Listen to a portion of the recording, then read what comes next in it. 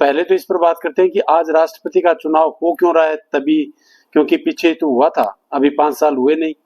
क्योंकि हमें पढ़ने को मिलता है कि उपराष्ट्रपति का चुनाव कितने वर्ष के लिए होता है, तो 5 वर्ष के लिए। तो बच्चों, उपराष्ट्रपति का चुनाव तो 5 वर्ष के लिए होता है, लेकिन वो 3 कारणों से पद खाली हो सकता है। वो 3 कारण है, या तो उपराष्ट्रपति की मृत्यु हो जाए, या उपराष्ट्रपति त्याग पत्र दे दे, या उपराष्ट्रपति को कोई महाभियोग आरोप लगाकर उन्होंने कोई अपने पद का यदि मिसयूज किया है, काम ठीक ढंग से नहीं किया, तो संसद उन पर महाभियोग लगाकर हटा भी सकती है। तो इन 3 परिस्थितियों में यदि उपराष्ट्रपति का पद खाली हो जाए तो चुनाव दोबारा होंगे। संविधान की हमारे अनुच्छेद 66 में उपराष्ट्रपति के पद के चुनाव की व्यवस्था की गई है। अब ये चुनाव क्यों हो रहा है, इसका मतलब, इसका कारण है श्री धनखड़ जी द्वारा उपराष्ट्रपति पद का त्याग पत्र दे देना। यानी कुछ दिन पहले, महीने 1.5 महीने पहले उन्होंने अपने पद से त्याग पत्र दे दिया और उसका कारण स्वास्थ्य बताया था। राजनीति में क्या कारण हो सकते हैं, इस पर हमें जानने की आवश्यकता नहीं है। हमें अभी इतना सीखना है, जानना है कि उपराष्ट्रपति ने अपना जो पद त्यागा है वो स्वास्थ्य के कारण त्यागा है कि मेरा स्वास्थ्य ठीक नहीं रहता, इसलिए मैं इस पद पर कार्य करने में असमर्थ हूं। तो उन्होंने अपना जो इस्तीफा था वो राष्ट्रपति को भेज दिया था। राष्ट्रपति ने वो स्वीकार कर लिया। और सभी हमारे संविधान में उपराष्ट्रपति के चुनाव के लिए कोई लंबी चौड़ी व्यवस्था नहीं है। एक व्यवस्था है कि किन्हीं कारण से यदि उपराष्ट्रपति का पद खाली होता है तो यथासंभव, एज सून एज पॉसिबल, यथासंभव चुनाव करा दिया जाए। और हमारे देश में चुनाव कराने की जिम्मेवारी है वो चुनाव आयोग की है। चुनाव आयोग वो प्रोसेस कर सकता है। ऐसा नहीं है कि उपराष्ट्रपति ने पहली बार ही इस्तीफा दिया है। इससे पहले हमारे शायद 3 उपराष्ट्रपति हुए हैं जिन्होंने अपने समय रहते, समय से पहले अपने उपराष्ट्रपति पद के लिए उपराष्ट्रपति का पद छोड़ा है त्याग पत्र देके। उनमें एक भैरव सिंह शेखावत थे, एक के.आर. नारायणन थे और एक शंकर दयाल शर्मा थे। इन तीनों ने उपराष्ट्रपति का पद छोड़ा। और किसके लिए छोड़ा? आगे राष्ट्रपति का चुनाव लड़ने के लिए। लेकिन श्री कृष्णकांत एक उपराष्ट्रपति ऐसे हुए हैं जिनकी मृत्यु के कारण यह पद खाली हुआ था। आज 9 दिसंबर 2025 है। उपराष्ट्रपति का चुनाव चल रहा है। इसमें एनडीए और इंडिया गठबंधन हमारे देश में 1990 के बाद जो गठबंधन का मेल चला था, यानी पार्टियों का गठबंधन, तो 1990 के बाद गठबंधन की सरकारें बनती आ रही हैं। पहले एनडीए बना, 2004 में यूपीए बना और 2014 में एनडीए की सरकार बनी जो अब तक चल रही है। और इसी दौरान 14 और 19 में जो यूपीए था वो मोदी जी को हरा नहीं सका। अब एक नया प्रयोग हुआ है इंडिया गठबंधन, जो 2024 के लिए हुआ था, लेकिन इस इंडिया गठबंधन को भी सफलता नहीं मिली थी। तो ये चुनाव प्रोसेस में अब 2 कैंडिडेट हमारे खड़े हैं।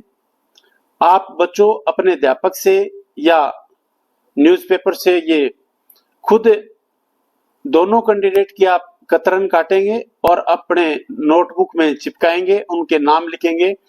आपको पता करना है कि उपराष्ट्रपति पद के जो दोनों उम्मीदवार खड़े हैं, एक एनडीए का और एक इंडिया गठबंधन का, उनके नाम क्या है।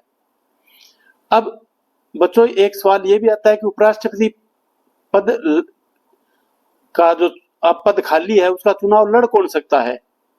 तो लड़ने के लिए कुछ विशेष योग्यताएं इस पद के लिए रखी गई हैं, जिसकी तुलना मैं थोड़ी बहुत राष्ट्रपति के साथ करूंगा ताकि आपको क्लैरिटी रहे। उपराष्ट्रपति के पद के लिए भारत का नागरिक होना चाहिए और राष्ट्रपति के लिए भी भारत का नागरिक होना चाहिए। उपराष्ट्रपति पद के लिए 35 वर्ष की उम्र होनी चाहिए और राष्ट्रपति पद के लिए भी 35 वर्ष की उम्र चाहिए। एक जो अलग चीज करती है वो ये कि उपराष्ट्रपति को राज्यसभा का राज्यसभा का मेंबर बनने के लिए, यानी राज्यसभा का मेंबर बनने के लिए जो योग्यता चाहिए वो उपराष्ट्रपति पद के उम्मीदवार की होनी चाहिए। बच्चों ध्यान से सुनने वाली बात है ये, यानी उपराष्ट्रपति को राज्यसभा का सदस्य होना आवश्यक नहीं है। ऐसा नहीं है कि राज्यसभा का सदस्य होगा तो ही उपराष्ट्रपति चुनाव लड़ सकता है, लेकिन संविधान में व्यवस्था की गई है कि उपराष्ट्रपति वही चुनाव में खड़ा हो सकता है जो व्यक्ति राज्यसभा का, यानी संसद के एक भाग राज्यसभा का सदस्य बनने की सारी योग्यता रखता हो। अर्थात सांसद जो राज्यसभा का है, जो योग्यता उसको संसद का सदस्य बनने में, यानी राज्यसभा का सदस्य बनने में चाहिए, वो सारी योग्यता उपराष्ट्रपति पद के चुनाव लड़ने वाले में होनी चाहिए। और उपराष्ट्रपति में इससे थोड़ा अलग है। लोकसभा का सदस्य बनने की योग्यता जितनी भी है वो सारी की सारी राष्ट्रपति में होनी चाहिए। यानी जो योग्यता राष्ट्रपति जो चुनाव लड़ना चाहता है उसमें उतनी योग्यता सारी हो जो लोकसभा का चुनाव लड़ने के लिए चाहिए। अर्थात हमें लोकसभा के सदस्य बनने के लिए क्या क्या योग्यताएं चाहिए और राज्यसभा के चुनाव लड़ने के क्या क्या योग्यता चाहिए, ये अलग अलग ध्यान देना चाहिए। अब उपराष्ट्रपति के चुनाव में भाग कौन लेगा? उपराष्ट्रपति के चुनाव में भाग ले संसद के दोनों सदन यानी लोकसभा और राज्यसभा भाग लेते हैं। और राष्ट्रपति के चुनाव में भाग कौन लेता है? संसद के दोनों सदन और सारे देश की विधानसभाओं के विधायक, एमएलए, यानी उनका राष्ट्रपति का दायरा बहुत बढ़ गया। तो उपराष्ट्रपति का दायरा छोटा है, वो दायरा है, उपराष्ट्रपति का दायरा हुआ राज्यसभा और लोकसभा। दो ही एमपी, जो एमपी है मेंबर ऑफ पार्लियामेंट है संसद के दोनों सदनों के, वो वोट डालेंगे। इसमें 12 सदस्य जो होते हैं वो राष्ट्रपति द्वारा मनोनीत भी होते हैं राज्यसभा में, तो वो 12 सदस्य वोट डालेंगे। तो दोनों में राष्ट्रपति और उपराष्ट्रपति में अंतर क्या हुआ? राष्ट्रपति के चुनाव में राज्यसभा और लोकसभा के वो सारे मेंबर ऑफ पार्लियामेंट वोट डालेंगे जो चुनाव जीत कर आए हैं। इसका मतलब राष्ट्रपति के मनोनीत सदस्य राष्ट्रपति के चुनाव में भाग नहीं लेते, लेकिन राज्यसभा के मनोनीत सदस्य उपराष्ट्रपति के चुनाव में भाग लेते हैं। ये बड़ा अंतर है। इस तरह से नामांकन होता है। राष्ट्रपति उपराष्ट्रपति का चुनाव प्रतिनिधित्व जो एक्ट 1952 बना था, 1974 में उसके बाद में संशोधन हुआ और 1997 में फिर संशोधन हुआ। उनके अनुसार उपराष्ट्रपति को चुनाव लड़ना होता है, क्योंकि राष्ट्रपति उपराष्ट्रपति का चुनाव कैसे होगा इसके लिए नियम बनाने का कार्य संसद करती है। तो संसद है समय अनुसार कुछ नियम बदलती भी रहती है। जैसे शुरू में राष्ट्रपति उपराष्ट्रपति कोई चुनाव लड़ लेता था तो चुनाव लड़ने वालों की भीड़ हो जाती थी। तो 1997 में एक व्यवस्था की गई, संविधान में संशोधन किया गया कि उपराष्ट्रपति का पद पर चुनाव है वही व्यक्ति लड़ेगा जो 20 सांसदों के द्वारा प्रस्तावित होगा और 20 उसको बैक करेंगे, यानी उनका समर्थन करेंगे। मनोनयन करेंगे उनका। यानी 20 मेंबर ऑफ पार्लियामेंट तो चाहिए, प्रस्ताव पर साइन चाहिए उनका कि हम इस व्यक्ति को उपराष्ट्रपति का पद चुनाव लड़वाना चाहते हैं, और फिर 20 एमपी ऐसे हों जो इस प्रस्ताव को स्वीकार करें, यानी 40 व्यक्ति चाहिए। तो उपराष्ट्रपति का चुनाव लड़ने के लिए पहले 40 मेंबर ऑफ पार्लियामेंट की आवश्यकता होती है। जब वो समर्थन देंगे तभी वो चुनाव लड़ सकता है। ऐसा इसलिए किया गया कि चुनाव में भीड़ ना हो। तो राष्ट्रपति का चुनाव होता है आनुपातिक प्रतिनिधित्व प्रणाली के द्वारा। एकल संक्रमणीय मत पद्धति होती है, एकल संक्रमणीय मत प्रणाली। मैं कभी आपको राष्ट्रपति का चुनाव की भी कभी वीडियो बनाऊंगा, तो उसके बारे में आपको बताऊंगा कि आनुपातिक प्रतिनिधित्व प्रणाली, एकल संक्रमणीय मत प्रणाली होती क्या है। इसके बारे में हम विस्तार से चर्चा करेंगे। अब राष्ट्रपति पद के 2 उम्मीदवार हैं, तो हर सांसद है वो वोट डालेगा और गुप्त मतदान होगा। वो जाएगा, उसे कागज और पेन मिलेंगे, वहां टिक मार्क करेगा। पेन भी निर्धारित होता है उनका, अपनी मर्जी का पेन नहीं ले जा सकते। उसी पेन से वो वहां निशान साइन वगैरह करेगा कि वो किसको चाहता है। यदि 2 व्यक्ति खड़े हैं तो पहले बताएगा कि मुझे इसको बनाना है और दूसरी प्रेफरेंस मेरी ये है। यानी 2 व्यक्ति, चाहे इंडिया गठबंधन का हो चाहे एनडीए गठबंधन का, अपनी प्रेफरेंस दे सकता है। यानी आप प्रेफरेंस को क्या कहेंगे, तरजीह देना।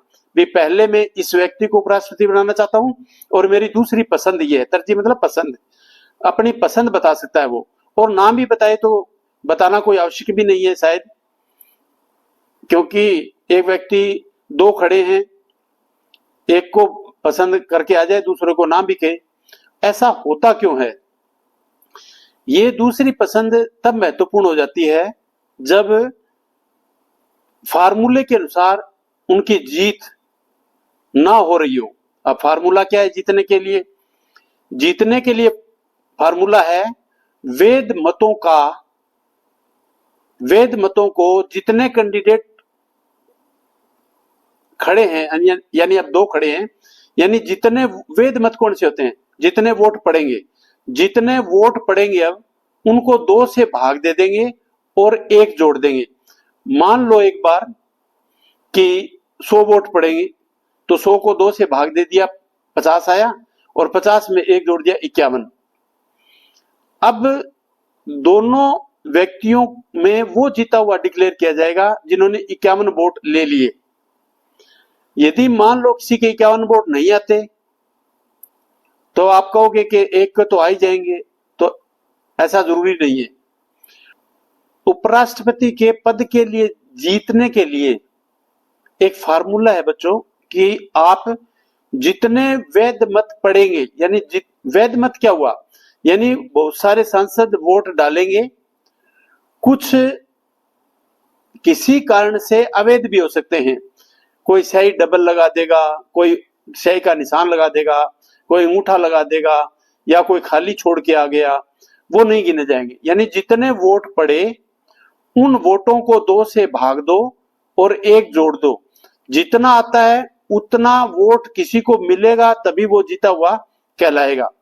अब आपको इतना तो मिल ही जाएगा, तो बच्चा ऐसा संभव नहीं है। हो सकता है मान लो 3 आदमी खड़े हैं और सारे 100 वोट हैं, एक के 40 आ गए, एक के 25 आ गए और एक के 35 आ गए, हो गए 100। लेकिन वोट जीतने के लिए चाहिए 51। तो ऐसी परिस्थिति में वो पसंद देखी जाती है कि ठीक है, इनको 40, 35, 25 जो वोट आए उनके सामने लिख देंगे हम। फिर हम गिनेंगे कि दूसरी पसंद में कौन सा, तीनों में से कौन सा व्यक्ति दूसरी पसंद में आगे है। तो दूसरी पसंद के वोटों को गिनेंगे और पहली पसंद वाले में जोड़ देंगे, और जो 51 या 51 को क्रॉस करेगा उसकी जीत डिक्लेयर कर दी जाएगी। इस आधार पर चुनाव लड़ने वाले व्यक्ति को जो हमारे संविधान द्वारा एक निर्धारित कोटा बनाया गया है वैध वोटों का, आधा प्लस 1 का वो जो मत प्राप्त करेगा उसे उपराष्ट्रपति पद के लिए डिक्लेयर कर दिया जाएगा, उसे जीत का प्रमाण पत्र दे दिया जाएगा। और फिर उपराष्ट्रपति को राष्ट्रपति शपथ दिलाएगा। यानी तुम्हारे प्रश्न पूछा जा सकता है कि उपराष्ट्रपति को शपथ कौन दिलवाता है, तो राष्ट्रपति शपथ दिलवाता है। और जब उपराष्ट्रपति का नामांकन पत्र भरा जाता है तो एक राशि, एक पैसा, वो आपको पता करना है कि उपराष्ट्रपति को चुनाव लड़ने के लिए कितनी राशि जमा करानी पड़ती है। यानी एक फीस निर्धारित की गई है, वो उतने रुपए जमा कराने होते हैं। यदि उपराष्ट्रपति जीत जाए या 1/6 से ज्यादा वोट प्राप्त कर ले तो वो राशि वापस मिल जाती है। 1/6 यानी टोटल वोट जितने पड़े उन वोटों का 1/6 वोट प्राप्त करने वाला जो जमानत राशि उसने जमा कराई वो वापस लेने का अधिकार है। यदि 1/6 मत प्राप्त नहीं होते तो उसकी राशि जब्त कर ली जाती है। बच्चों, उसको लोकतंत्र की भाषा में कहते हैं जमानत जब्त। जमानत जब्त, जमानत, यानी जो राशि जमानत के रूप में जमा कराई गई थी वो जब्त कर ली जाती है। तो आपसे पूछा जाएगा कि जमानत राशि कब जब्त की जाती है, तो जमानत राशि जब्त की जाती है 1/6 कुल वोटों का, यानी जितने वोट पड़े हैं उन वोटों का 1/6 कोई वोट प्राप्त नहीं कर पाता तो उसकी राशि है वो जब्त कर ली जाती है। हमारी संसद में 542 सांसद हैं, एक सीट खाली है। एनडीए की सरकार के में 293 सीट है और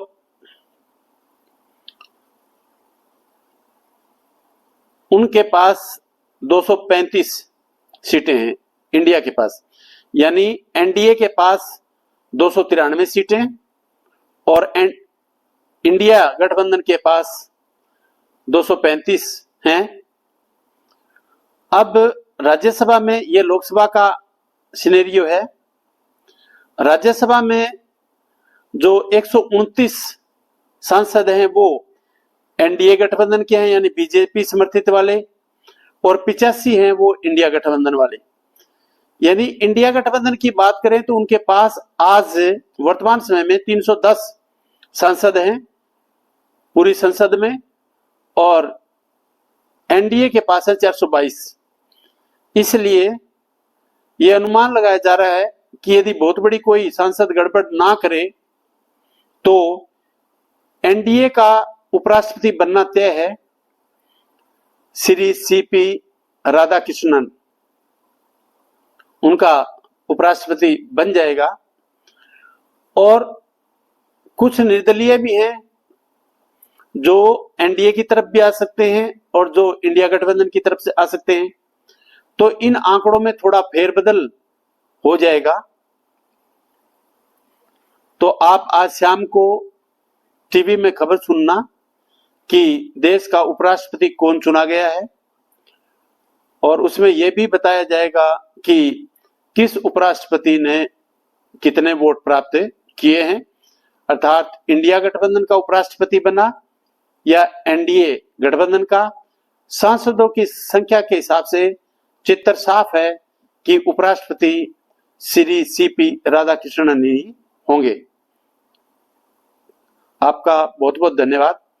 राष्ट्रपति क्योंकि आज चुनाव हो रहा था इसलिए मैंने समझा कि बच्चों को थोड़ा इसके बारे में बता दें, क्योंकि आप वर्तमान समय में जो घटनाएं घट रही हैं उनके प्रति रुचि रखने लग जाओगे तो आपका जीके है वो बिल्कुल बढ़िया तरीके से तैयार हो जाएगा और आपको अपनी परीक्षा के लिए विशेष तैयारी करने की फिर आवश्यकता नहीं है। अर्थात आप कहीं भी पढ़े लिखों के बीच में बैठकर अच्छी चर्चा कर सकते हैं और तर्क के साथ बात कर सकते हैं, क्योंकि तर्क के साथ बात की गई लोग सुनते हैं, बिना तर्क की बात करेंगे तो हमें, जैसा कि आप जानते हो, बेइज्जत भी होना पड़ जाता है। तो कभी भी बात करो वो तर्क के साथ करो पूरी जानकारी लेकर करो, और कोई क्षमा भूल हो भी जाए तो क्षमा मांगना कोई बुराई नहीं है। अपनी भूल सुधारो और आगे बढ़ो। Thank you very much.